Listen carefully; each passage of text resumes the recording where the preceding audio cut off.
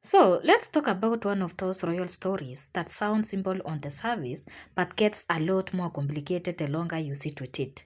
Because according to multiple reports and commentaries circulating after a recent UK visit, Prince Harry made what was described as a major charitable contribution, figures ranging from hundreds of thousands to over millions pounds being thrown around in headlines.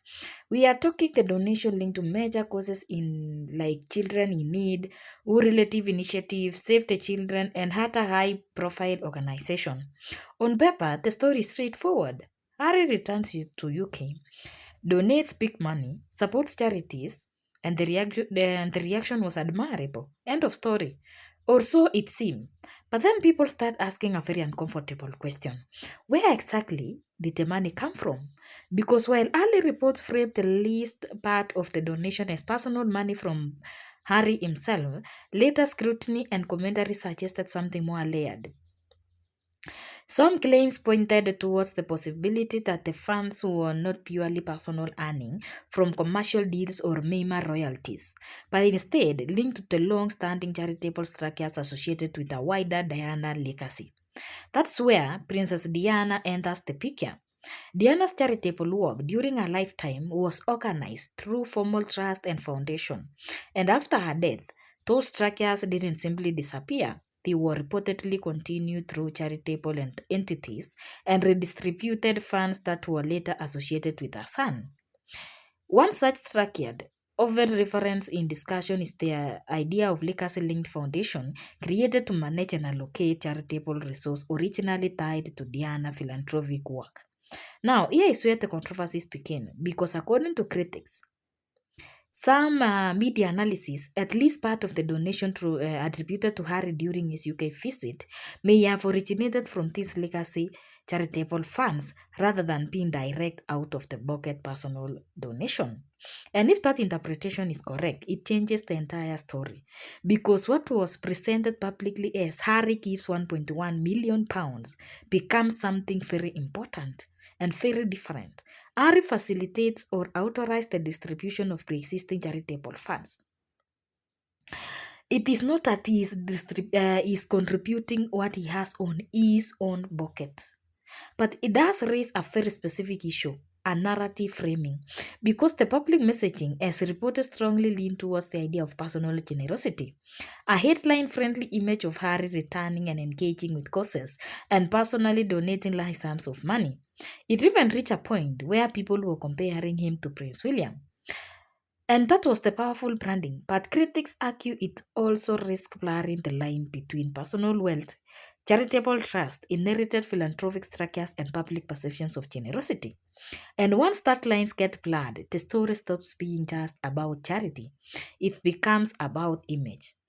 Now, supporters of Harry will argue that none of this matters if the charity benefits, and that's the focus should remain no impact, not accounting semantics. But then again, don't forget how they made headlines themselves, trying to show the world that Prince Harry can do what no other royal member can do. So the same way that they are going to argue that it is not important is the same way that they argued that it was important in the very beginning. But the criticism doesn't really sit there. It sits somewhere else entirely. It asks why present structured charitable distribution as personal donation in the first place. Because in modern media cycles, perception is currency, and every headline becomes part of a large reputation ecosystem. Now, this isn't happening in isolation either, because every Harry related headline inevitably gets compared to the institution side of the monarchy, particularly Prince William. And that comparison fuels the tension. One side, you have carefully managed institution philanthropy tied to a royal duty. On the other, you have a former working royal whose public narrative often leans heavily on independence, personal struggles, and modern humanitarian branding. So, when a story like this drops, a £1.1 million donation, major charities, emotional framing, it doesn't just read as a philanthropy, it reads as positioning. And that's why the backlash and skepticism appeared almost immediately. Because critics are no longer just asking, did he donate? They are asking, was this personal?